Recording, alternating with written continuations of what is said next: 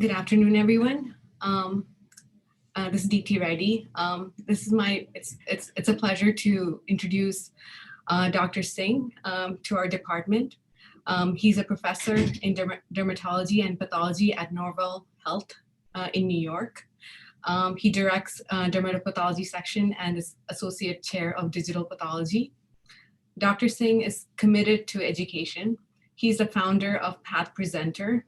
We have been discussing Path Presenter in a couple of our AP faculty meetings. And he's a recipient of Mount Sinai's Teacher of the Year Award for 5 consecutive years.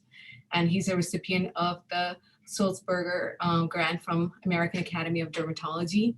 And he serves as the editorial board for the WHO, and he's one of the board members for Digital Pathology Association. I met Raj through DPA, Digital Pathology Association, and he graciously agreed to present at our grand rounds when I asked him. So I'm very much looking forward to this talk, Path to a Digital Transformation. And please use the chat function for the questions, and we'll review the questions at the end of the talk. I'll just give the microphone to Raj. Yeah, so thank you very much for the opportunity. It's a great pleasure presenting to the entire department. I see some very familiar faces. Dr. Chang was with me at Sinai. There are quite a few familiar names in the list, actually. So I'm going to share, without wasting much time, I'm going to share my screen and start off the presentation. Is it okay if I stop the video so that the bandwidth issue, because I'm working off the hotspot of my phone actually. It's completely fine. Okay, so let's share the screen.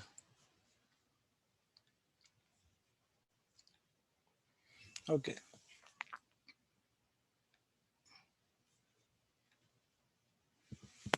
So you can see the presentation now? Yes, we can see it. Oh, that's good.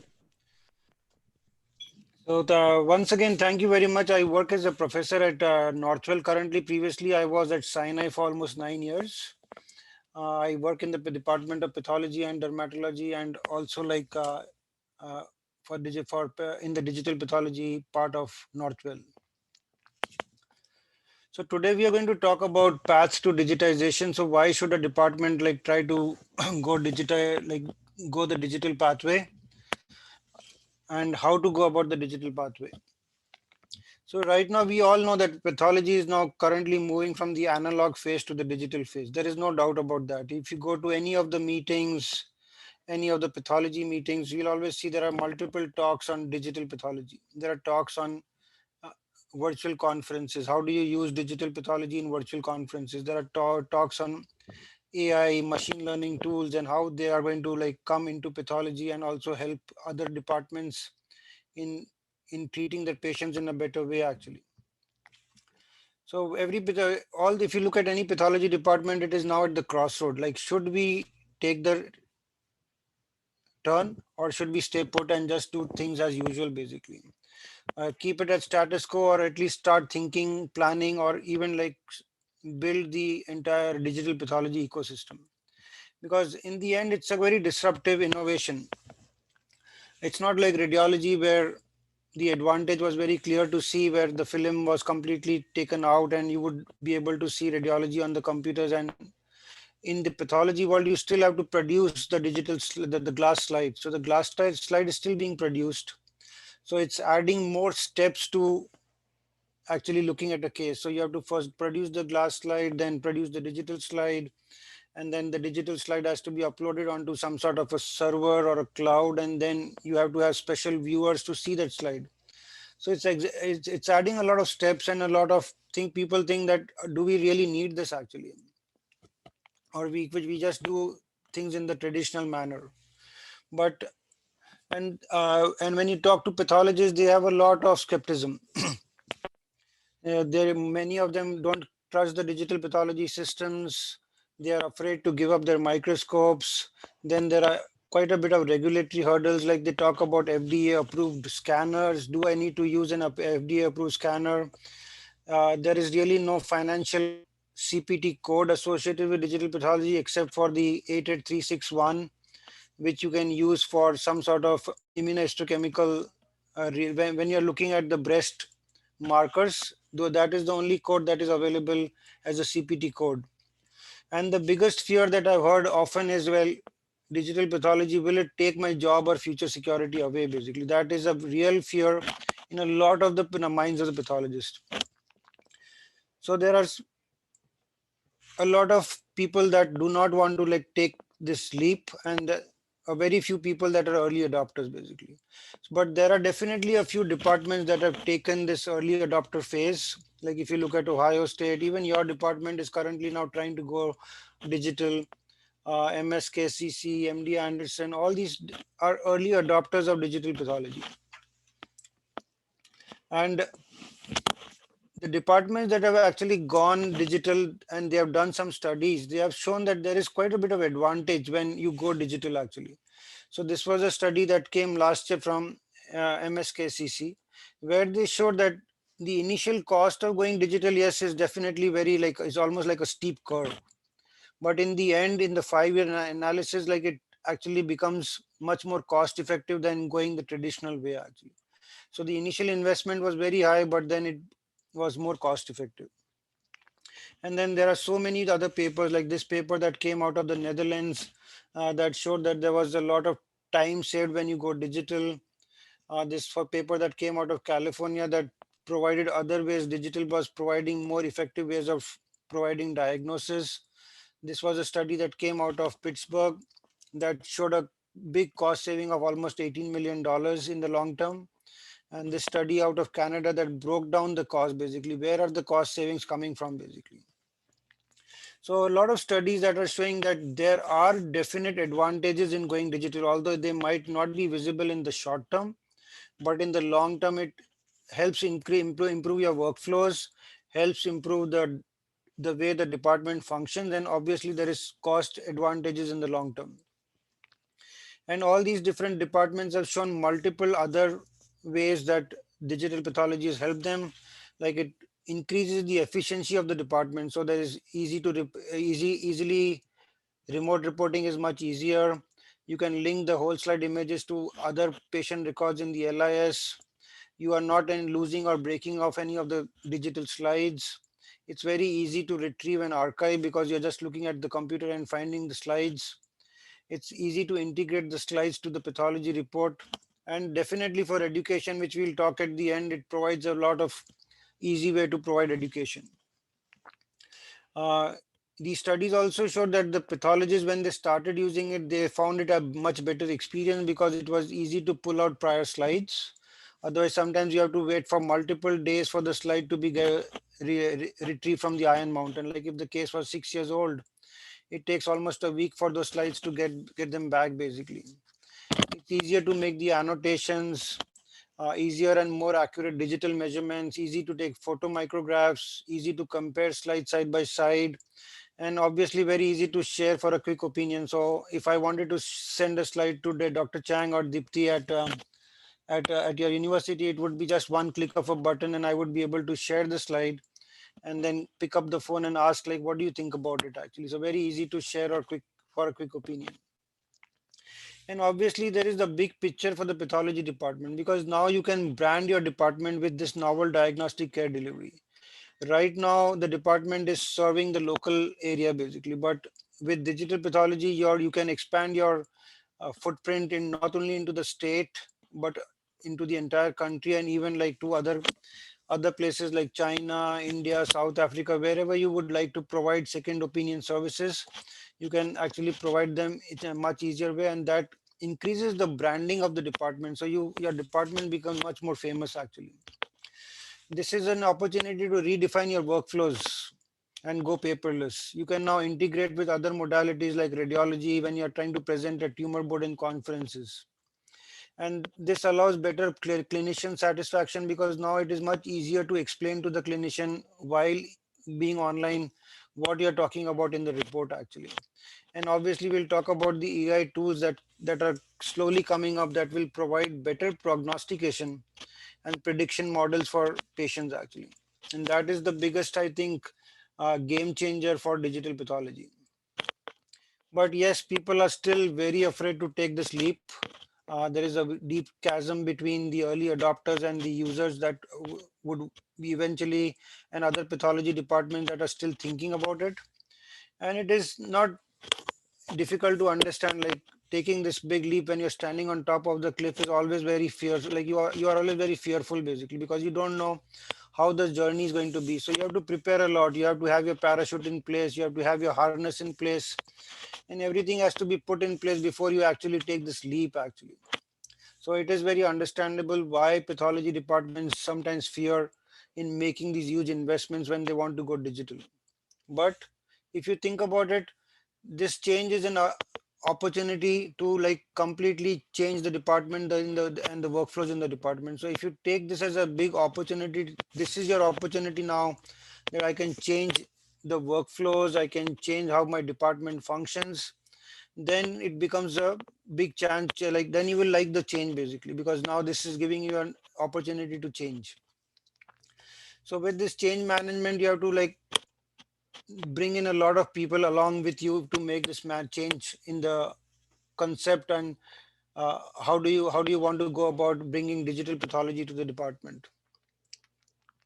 So every part of your workflow can be altered when you want to change to a digital workflow. How the slides are produced, how the slides are distributed, who's going to look at the cases, where will the slides be stored. The entire workflow of every part of your department can be altered and made into a much more seamless manner. So once you're convinced that this is the way to go, what are the key considerations of implementing digital pathology systems in the department? So you could either take a phased approach or you could go all out basically. And by phased approach, what do we mean by a phased approach? So when we look at a department, what does an academic department do? Like, so if you look at the three pillars of every academic department, they are either providing clinical care, like reporting for the patient and the molecular diagnostics and the clinical department. Everybody is focused on providing clinical care. The second pillar of every pathology department is to provide education to its trainees and fellows. And the third pillar is research. So you could take a phased approach of either attacking any one of them or trying to go and trying to alter all three of them at the first go, basically. So either first trying to like introduce digital pathology for only for your conferences, or to provide just consultation services, or a remote diagnosis for frozen sections to another hospital. Let's say another hospital is 50 miles away and they are frozen. You have to provide frozen section diagnosis, so a pathologist has to travel there and stay there for the entire day. So that could be done through digital pathology. And obviously the final goal would be to provide primary diagnosis. But you could either take any of these and start introducing digital pathology, or you could go and try to see how you digital pathology workflows could be altered for all three of them actually. So the roadmap that when we talk to like chairs of all these departments that have actually taken the plunge, what did they do? Like how did they go about it? So a consensus roadmap that I have like built, that what I've realized is, the first thing they always want to do is you have to get the leadership behind you basically. So you have to have the leadership behind you that support you, that this is the way to go actually. And then build a committee or a task force, define the purpose, objectives and goals. And the goals have to be some short-term goals and some long-term goals. What are your short-term goals? What do you want to do with digital pathology? And then some long-term goals. And then you assess what is the feasibility of going about all this. And once everything you have thought about all this, then it is going to be a much easier process to implement than if you have already considered all this basically. So convincing the C-suite people is, I think, the most difficult part. Once you've convinced them, it's not going to be that difficult to implement digital pathology. And based on all the interviews that we did with multiple head of the departments, the easiest way to convince the C-suite is if you align the departmental vision with the institutional vision. So what is the institution's vision basically? So if the institution is more in patient care basically, like we want to provide better care to the patient, then you can always explain that getting digital pathology will bring us image analysis tools and assays that will not only help the pathologist for making a better diagnosis, but also like help the oncologist and the patient by providing better prognosis, risk stratification, therapy selection, and then generating more comprehensive reports that are combined reports like molecular, radiology, pathology, a comprehensive report for treating physicians. If your departmental goals are to like be one of the top NIH funding like supported departments and more focused on research, then obviously if you go digital, then you are unlocking the value of a lot of data basically, because once you digitize a slide, that slide becomes like a digital data. And that digital data, unlocking the potential value of this is a big thing, because that can be now used for research. You can use it with you can combine with pharma companies and use that data for drug discovery, for companion diagnostics, and for clinical trials. So based on where the institution is focused on, the role of the digital pathology can also be focused in alignment with the institutional vision. And that would be a better way to convince the leadership that that is how we are going to, that is the reason that we want to go digital basically. Then once the C-suite is convinced, then we have to establish a committee or a task force. And it is important to have all the right people in the committee. So it's not only the pathologists that need to be part of the committee, but also the IT team, because IT infrastructure costs are going to be the biggest infrastructure cost. And then you need the IT team to decide like how are you going to store the slides, how are you going to move the slides around, how are you going to integrate with the LIS. So for all of that, we need the IT team to be involved from day one basically. We definitely need somebody from legal to make sure that we do everything in the right way. We are not breaking any rules when we are talking about digitizing patient information.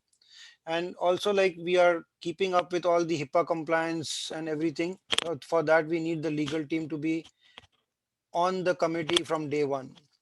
Obviously, somebody from laboratory operations should be there, because they will know the workflow of the lab.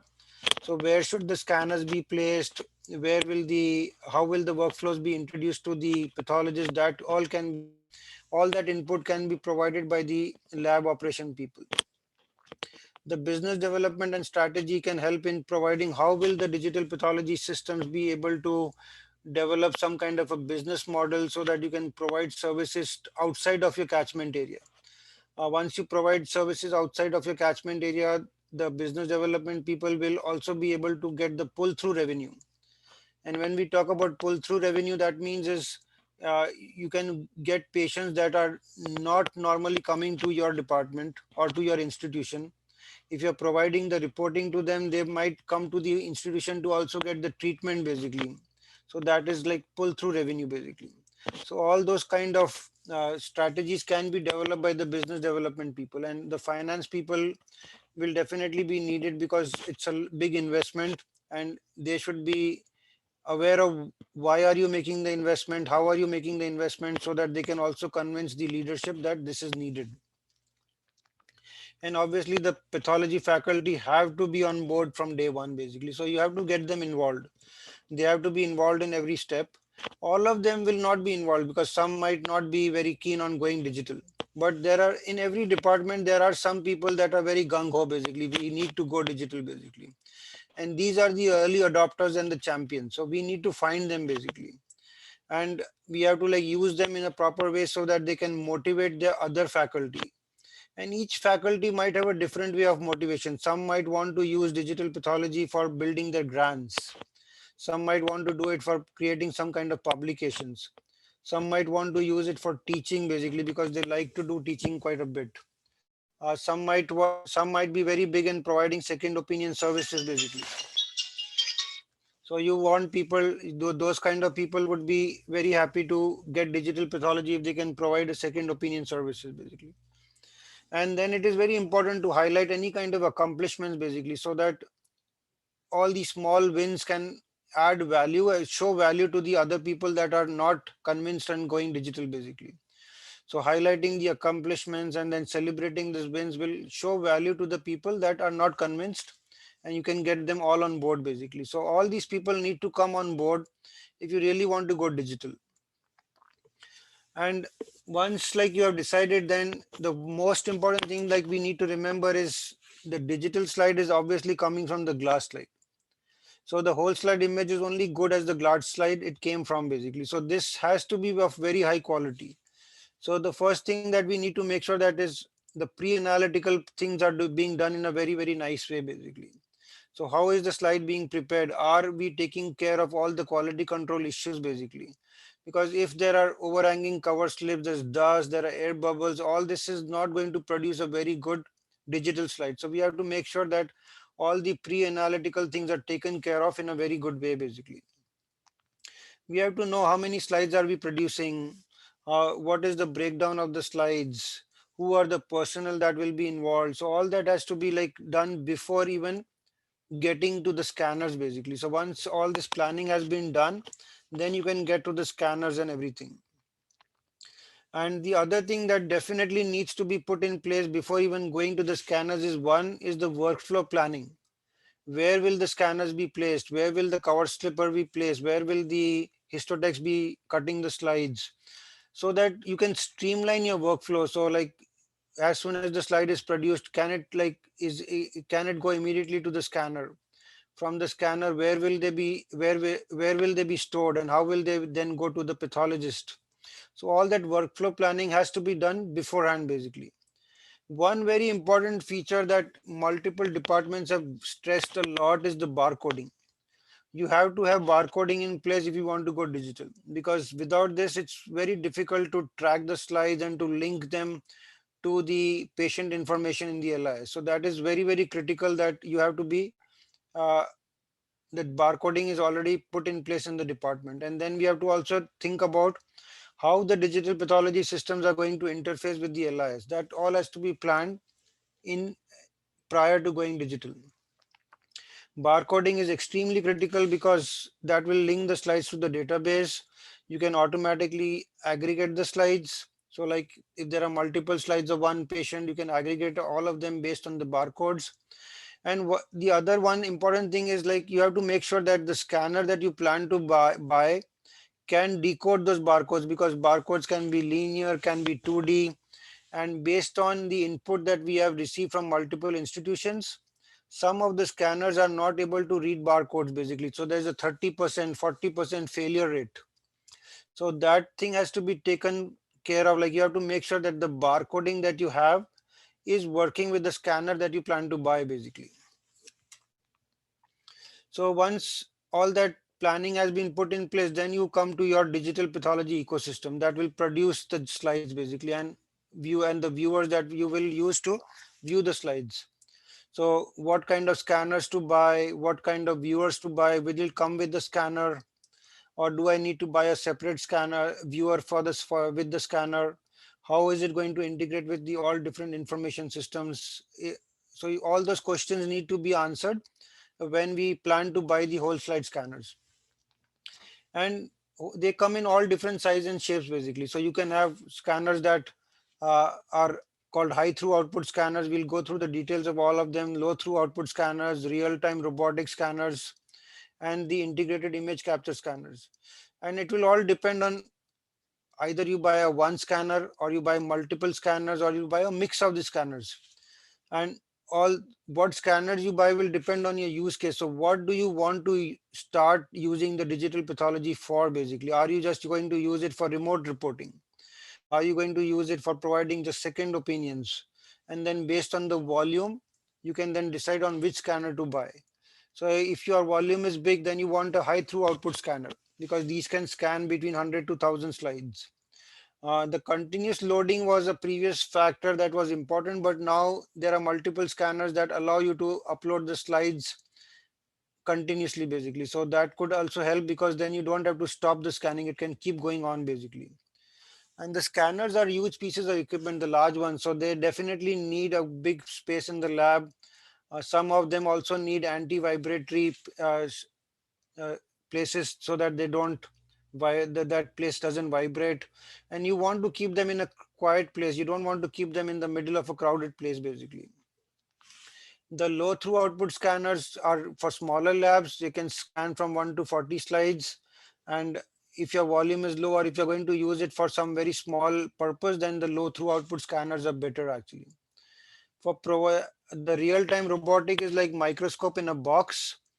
So for these ones, you actually need somebody at the site to like upload the slides and then pan and zoom and focus so that the pathologist at the other end can then actually view the slides. So these are very useful for providing frozen section remote reporting basically. And when you are looking at scanners, you have to look at multiple things like what is the scan time, what do, will I have to repeat the scan quite a bit, because what is the failure rate of the scan? Does it easily find the slide, a tissue on the slide? Because sometimes some scanners are very difficult in finding tissues that do not have a lot of contrast. So if it is fat tissue, some scanners are not good at finding those fat tissue because it doesn't have a lot of contrast. How long does it take to transfer the data from the scanner to the cloud? What is the image quality? What is the file structure and the size? Because some of them, like the MRSX files, they are like multiple file folders. So what is the structure of the file? Does it integrate with my LIS? So there are multiple things. What is the image compression? Or do I need to validate the viewer? All these things are needed to be assessed when you're planning to buy the scanner and the viewer. Because you have to remember, like each viewer, each of these companies have a different file format. For example, Aperio has the SVS, the Philips has the iSyntex. So all are coming in different file formats. So it is very important to know like what is the platform interoperability basically. So if I'm buying a Leica scanner and if I have Philips generated slides, how will I be able to see them in the viewer basically? So all that interoperability also has to be thought of. So I will definitely need viewers that could be either proprietary like the Philips scanner or the Perio scanner, or but I will also need open viewers that will allow me to see viewer slides from all these different kinds of scanners. Then definitely I want them to interface with the LIS for overall operational efficiency. Then when you're looking at viewers, are there any available tools that come with the viewer basically for any kind of artificial intelligence tools like counting mitosis or counting Ki67 positive cells? And does it allow API integration with any third party application? Let's say tomorrow you find a tool that you think is very useful. Can I integrate it into the viewer basically? So all these things need to be considered when you are looking at viewers basically. And then even so the monitors that are going to be used for the display at the pathologist, and you have to there are you have to have at least these are the minimum specification that have been provided by the DPA. So you can when you want to sign out cases, you have to have at least a 24 to 27 inch screen. The resolution ranges from 3 to 8, but the minimum resolution that you need is a 3 megapixel. And then these are other factors that have been shown as a minimum requirement for any of the medical display monitors that you want to use for reporting of the slides. And these monitors cost somewhere between $5,000 to $5,000, $5,000 to $15,000. So that cost is also to be like put in the budgeting when you're trying to buy. How many of these display monitors would you need? How many pathologists are in the department? So all that has to be considered when you are building the budget for going digital actually. And then obviously everything has to be integrated with the LIS. So for that, the IT people are very, very important. Without that, this is not going to work out. So you have to have them involved from day one to integrate all this into the LIS. And then they will also help in the storage, because that is another big factor. So if you look at digital slides, the each slide would range from around 250 MB to around almost like sometimes even like 2 gigabytes or 5 gigabytes, based on how much tissue is on the slide, whether you are scanning them at 20x, 40x. All those factors will contribute to the size of the slide basically. How much storage does it need? And then you have to calculate like how many slides are you generating every year. So that will give you how much storage do you need for the entire year basically. And once that is calculated, then you have to decide, what do you want to go with an on-premise storage where you will have your own data warehouses, or do you want to go with a cloud storage basically? So all those cost factors, or do you want to go with a hybrid model where the initial slides are looked on a on-premise storage. So when as they are immediately available for the pathologist to see, once the diagnosis is done, then do you want them to push them to the cloud so that they can be archived on the cloud basically? Because on the cloud you can have like a hot storage, you can have a cold storage, you can have archival storage, and the costs are very different based on what kind of storage you are using on the cloud. So all that the IT people will help you configure, like what is the best solution for you based on the volume that you're generating and the use case, like what are you planning to use the digital pathology for basically. And then if you really want to like get maximum benefit from the digitization of the slide, it has to connect with all the other data that you have. So it has to connect with the genomic data, it has to connect with the DICOM data. And when all this data becomes available to researchers, it becomes like a gold mine basically, because now this is data where you have the patient information available, you have the clinical data information, you have the genomic information, you have the radiology data, and all this can now be used by researchers for creating AI and machine learning tools that can then be used by the department or also by other people around the world basically. So all that synchronization has to be done with other parts of the department if you really want to get the maximum benefit of digitization of your slides. So when you are talking about introducing digital pathology, it is not just buying a scanner and a viewer basically. That's just the tip of the iceberg. There are so many other things that you need to take care of when you want to go digital basically, like security, scalability, getting the access from anywhere. How are you going to monitor the uploads? And then obviously you need support from the vendors 24/7. So if anything goes wrong. So there's a lot of other functionality that need to be taken care of when you want to go digital. And then obviously the rules and regulations definitely need to be taken care of. One thing that is a common like a misconception is that you have to use FDA approved scanners to go digital. That is not the true statement basically. Like the FDA approved scanners are a helpful thing to have because they will bypass some of the regulations that you need to put in place. But the FDA does not regulate the practice of medicine. They are regulating the vendors. You are practicing medicine. So what is actually regulating your practice is CLIA and the CMS and all those people basically. So the CAP guidelines have to be followed. So what the department needs to do is if they plan to use non-FDA approved viewers and scanners, they have to validate those within the department. And to validate those within the department, there is a paper that is an old paper, 2013 paper that came out from the CAP that provides all the how do you validate the whole slide digital imaging system for the department for clinical services basically. And they have these 12 points that you need to follow basically. So I'm not going to go through these 12 points, but like you have to have like 60 cases that are seen by the pathologist on the glass, and then after a washout period they are seen on the digital, and then you have to have some sort of concordance. So you can go to this 2013 paper, and then if you follow these steps, you can actually validate any kind of scanner and any kind of viewer within the department to use for even primary diagnosis. You don't have to have an FDA approved viewer. It helps if you have the FDA approved viewer, but there are many departments that are not buying these very expensive scanners. They are buying the cheaper scanners, but then they are validating the system within the department by following the strict guidelines basically.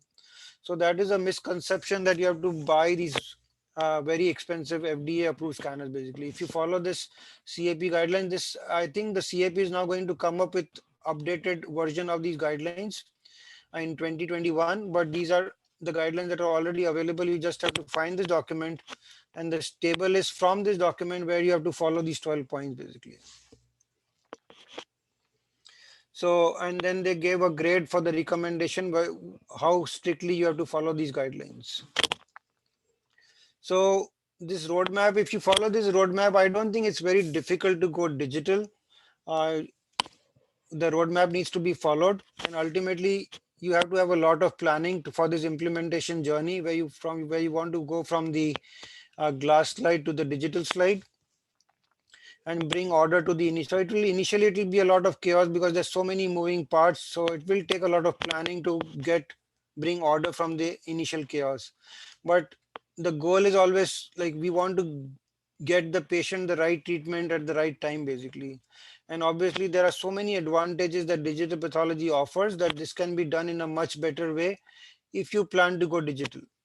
So the digital pathology and artificial intelligence are here to stay. We cannot now turn our heads away basically, because this is not going to go away, and they will continuously transform the delivery of precision medicine. And it is better, the only reason it is better to start now, it will, because it will allow you time for planning and decisions, to make decisions that are fiscally responsible, proactive and innovative. uh, Otherwise you will have to be in the long term you will be forced into the digital pathology workflow. So if you start now, there is no rush, you can plan everything out, and it can be done in a much more planned manner, so that everything brings order, that is bringing order from the chaos basically. And with the upcoming AI tools, pathologists will be able to educate and directly assist in decisions related to prognosis and treatment. And that actually transformed the pathologist from being a behind the science scene collaborator into a dynamic engagement participant of the clinical team. Because now you are going to provide tools or reports that will actually generate prognosis and treatment for the patient actually. So I think it is the right time to start now. And then there are some departments that say that we don't have, currently we don't have any scanners, we don't have any slides. How do we go digital basically? Like how do we plan to go digital? So even for those departments that have no scanners and no slides, we have actually created platforms that can help them go digital from today actually. Like if you want to go digital, all you need to do is you go to this platform that we have built. This is called Path Presenter, which is allows the intelligent distribution of this medical data. And there are multiple tools basically, and the slide library actually provides you access to 30,000 plus slides. And these are freely available. You just go into the system, the slide, these digital slides are available. And with this digital slides, you can actually create very spectacular presentations. You can create quizzes. There are tools that allow you to like look at annotated slides, which is called the high yield section. So all these tools are freely available on the cloud. You just go onto the system and you can start going digital from today itself, basically.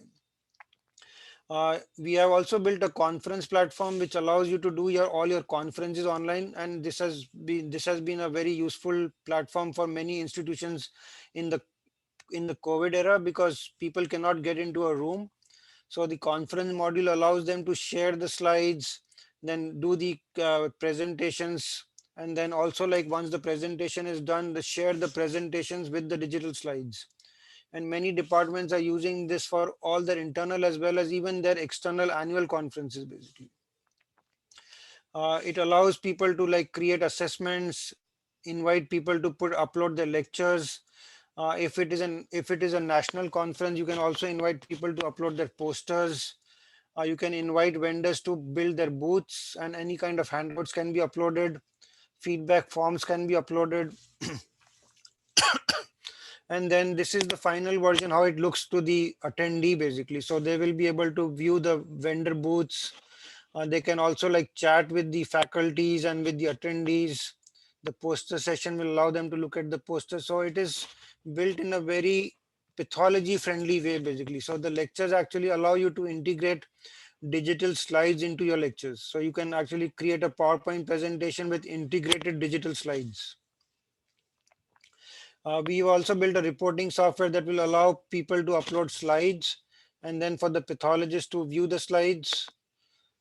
This is the pathologist dashboard that the pathologists will be able to see the slides, and the viewer is already inbuilt. They can add their reports. And we have also built some AI tools that are available as a drop-down menu.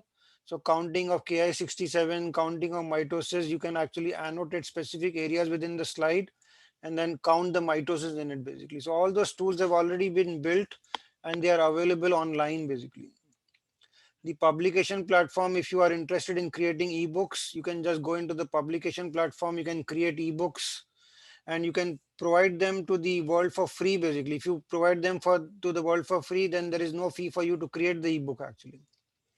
You can like you can invite people to be chief editors, and the chief editors can then invite the authors, and the authors will then together they can create a book. And for each book you can create sections, you can create within each section, you can create chapters. For each chapter you can invite authors that can add the diagnosis, and for each diagnosis the authors can then add digital slides with information that is actually annotated. So these are actually annotations. So if you click on this, it will like zoom into the slide and show the feature on the slide. You can also add like clinical images, gross images, information. You can show the images side by side for comparison. Not only clinical and gross images, you can also show digital slides side by side for comparison. You can add information that is linked to the slides. So all that can be done on the cloud without having access to any digital slide or a scanner currently, basically. Everything is available on the cloud. Many institutions, academic organizations are using these to create spectacular tools. So the IAC and the CAP got together and created this platform called iac.pathpresenter.net that provides you free access to digital slides of cytology. This was created by faculty from multiple institutions, and this provides you access to a lot of cytology slides with annotations. The WHO is actually using the same platform to convert all their blue books into a digital format. So all the books are available in a digital format on the platform. The DPA is creating this academy called the DAPA, where multiple authors have come together to provide digital slide which are annotated and with a lot of associated information to anybody who logs into the DAPA platform. Here is a nice example of a school in Turkey, actually, where the pathologist is actually putting the slide on the screen, and you can see all the students actually using mobile phones and seeing the same slide on the mobile phones actually. Here is an example of a big meeting where they have put up 300 iPads, and they have the Path Presenter platform open on them, and they are able to see the same slide on the 300 iPads basically. And like you can see, like especially what happened in 2020 basically. So this is from Google Analytics. You can see like the amount of people that have like taken up digital pathology in the COVID era, because like previously there were around less than like 1,000 users coming to the platform every day. Now the range is from 2,000 to 4,000 people coming to the platform every day, especially in the COVID area. So people are using digital pathology in a big way, even if they don't have any scanners or digital slides basically. And these are multiple institutions that are currently using the platform in some form, either for providing second opinions or for education or for conferencing and all that basically. And they are all over the world actually. So it's institutions in Japan, institutions in Australia, quite a few big organizations in the US, departments, private pathology groups. So they're using this platform in some form or the other basically. And there's a lot of feedback that we get basically. That's all about digital pathology. Hopefully that gives you a lot of motivation of, yes, I need to go digital today actually. Thank you so much, Raj. Our department, I think, is in phase 2. We have a task force, and now we're trying to validate a couple of our scanners. So yeah, I have a couple of questions in the chat function. So the first question is from Dr. True. How often do your pathologists want to review the glass slides before reporting the case? How long, how many cases before the pathologists are entirely comfortable with digital pathology? Does the comfort level differ with the type of specimen or the nature of the disease? Like what I've seen in multiple institutions, like like if you look at the last question, like dermpath, because I'm a dermatopathologist, many institutions like dermpath has been the first department to go digital actually, because the slides are much smaller and like it is one slide per case. So it's much easier to put those slides together, to view the slide. They are much smaller tissue. So most of the dermpath departments are going digital very quickly actually. And even if you look at many of the people that are using the software programs that we build, quite a few of them are actually dermpath. Secondly, how many slides do you need for the pathologist to become comfortable? That will depend on the pathologist themselves basically. How soon will they be comfortable with? But yes, you have to definitely do the validation studies where you look at digital slides and glass slides and look at the concordance rate of what is the concordance rate. That definitely has to be done to even like start looking at the slides digitally. And it would be better to like first go like for the remote cases, for second opinion consultations, and then slowly move into primary diagnosis. And even for primary diagnosis, like initially a few pathologists trying to go digital, and then slowly like increasing the number of pathologists as they become more comfortable. But it takes almost 6 months to a year for a pathologist to really become very, very comfortable and completely like say, I don't want to look at any glass slides basically. It takes almost like 6 months to a year basically, based And on all the feedback that we've got from multiple institutions. in the recent DPA meeting, I feel like Italy and London and Japan, some of the institutions there, they actually went completely digital in the COVID time. So Yeah, there are so many institutions in Netherlands, and like Netherlands, like they say the entire country is like completely digital. Europe, and because one, I think the one reason that Canada and all these people went completely digital is one, like their hospitals are very spread apart, so it provides a very good use case for them to go digital. And secondly, like the rules and regulations are a little bit less intrusive. Here people are a lot worried because now PHI is on the cloud, and so there's a lot of worry among the pathologists. So I think that is one more reason that USA has been a little bit behind. But now I see most of the departments, especially like for the education and all that, they have all started using digital slides, because there is no other way in the COVID era where you could teach your residents by using glass slides basically. So that has actually transformed a lot of people that were very skeptical about using digital pathology, that to go into to become like big fans of digital pathology. I have a second question. Does Digital Pathology Association have a support slash consultation group to support departmental digital pathology effort? What about the commercial space? Is there help available for crafting a business model for the C-suite? Also, how is would the pandemic impact digitization of pathology in the U.S.? The question is from Dr. Zafar from VA. So the DPA actually is doesn't have like a committee, but they're coming up with a lot of white papers, and those are very, very good white papers. So the white paper that is going to come out in the next 1 month is the financial, it's like what is the financial argument for going digital. So they have explained it in a very nice way of what are the financial incentives of how do you convince the C-suite of to go digital basically. There have been multiple white papers from the DPA that go into quite a bit of detail of what is digital pathology, what kind of scanners to buy. So there's a lot of support in that manner, but they do not have any team that would you can call up and say, like, can you help us in going digital? And there might be some consulting people that are available, but it is mostly the vendors that you take part, like that you are using will be more helpful in providing you with inputs of how to go digital actually. And the last question about the pandemic, what was the last question on the pandemic? How would the pandemic impact digitization of pathology in the U.S.? I think it has changed the concept quite a bit. Like you saw in that graph also, like the way people are now going to like starting to use digital, and it only takes like once you start using digital even for education and start becoming comfortable with it, then you slowly start seeing a lot of advantages in going digital, because then the remote diagnosis, you don't have to travel 50 miles to provide one frozen section diagnosis basically.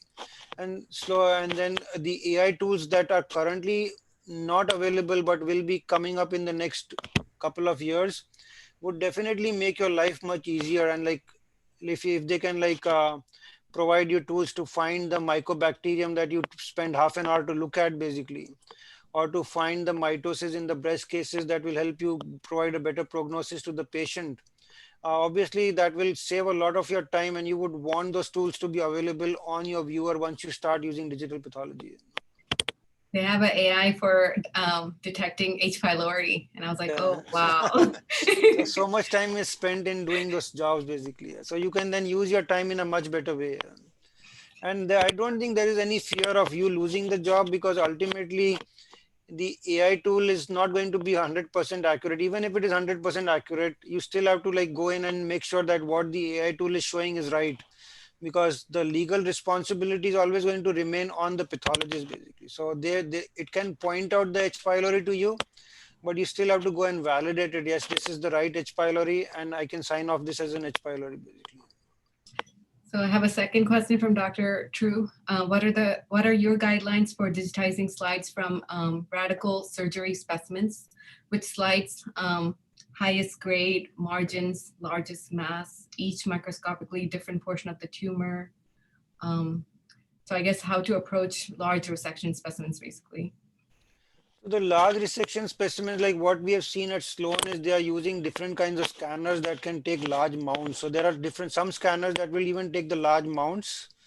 So if your department has a lot of those cases and you are preparing large mounts, then you have to have a different kind of scanner.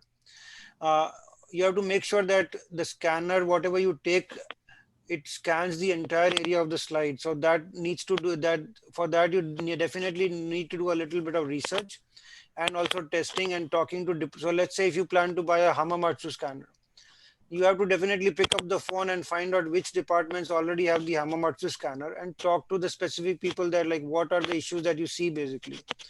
And if you think those issues are going to be a big roadblock, then you definitely need to find a different kind of scanner. But it is like pathologists helping other pathologists. That is the way it is currently working. There are no like consultation teams available for you to like look up or talk to that will give you all the answers basically. And also, do we provide like a CD to the patient like the radiology departments do? There, like currently we were working with Sloan to build a consultation portal for them, and they wanted to have a consult portal where where the patient might come from China and upload a CD. They might come up with a CD, and how do you upload this image from a CD into the portal? So there are people that come with CDs and the images basically. So not only radiology but also pathology images. Radiology, everybody comes with a CD. When you go to China, they all come with a CD and they want to upload that image from the CD. But they are also coming with images, the whole slide images on CDs basically. What is your practice of time to store the images? Does storage time differ by type of specimen, biopsies, resection specimens, consult cases? Currently, the CAP doesn't have any guideline for like how long do you have to store the digital slides. So people are still following the same guidelines that are applicable to glass slides. But I think there's a lot of talk going on among the CAP members that we should definitely reduce the time for or change some of the times that are needed for digital slides because of the amount of storage that is needed basically. Yeah. But that is still a discussion. I don't have any input into that discussion. Are But you right using? now they are following the glass slide rules. Yeah, I feel like the storage is a big issue when we're thinking about digital. Is it and it's quite expensive because it adds up. It's like once you put a slide in storage, like it is stayed there, so it is taking up the storage forever. So it keeps adding up basically. So Are you you have to are pardon? you using any personal like AI for screening your biopsies? Not currently, no. But there is a lot of tools that people are talking about of separating the cases out. Like the BCCs could be separated out, the display, the melanocytic lesions could be separated out. So broad categories, so that if you are a morning person and you want to look at your melanomas in the morning, that could be done based on the AI basically. So it's like still a very broad kind of separation, but not a very definitive AI tool basically. That's all in the works right now. I have a question from a cytopathologist, director of cytopathology, Dr. Huang. Does your cytopathologist use digital pathology for sign out? Do you have a Z stacking if they do? Like if you want to look at cytology slides, you definitely need a viewer that will allow stacking capabilities, because that is both for hemopath as well when you're looking at smears, and for cytology the Z stacking is very good. So you definitely need to have a viewer, and the current scanners that are available are not definitely like very good for the cytology basically. There is a company called Scopio that has come currently up with a scanner that can scan at 100x, and those have been shown to be good for uh, hematopathology slides, and they have currently applied for an FDA approval. So we'll see if that comes up or not, basically. But there are companies that are looking specifically at smears and cytology. And we have a last question from one of our trainees, Dr. Walia. Are there scanners with AI tool which can do 3D scanning of the biopsy so we don't have to scan all the deeper sections? There are a few researchers, some working out of San Diego and some working out of Ohio State, that are building a 3D model of a whole slide where you could actually look at the invasion in a breast cancer in a 3D model. But those are all research models currently. So there are no scanners that will produce a 3D slide. There are some, I've seen a doctor, there's one PhD person at MSKCC that is also working on 3D, but they are what they are taking, they are taking multiple digital slides and stacking them on top of each other. So they are using like an AI stitching tool to create a 3D image of the tissue, basically. But there are no scanners that can do that, at least not in my knowledge. Thank you so much. And if there are any other questions, please let me know. But thank you, Raj, for a wonderful presentation. Our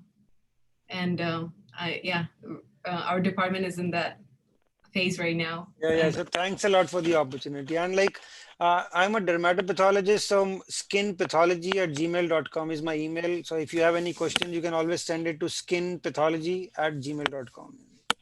Raj is very approachable. So if anybody have any questions, please do shoot him an email. Thanks so much. Thank you very much. Take care. Thank you.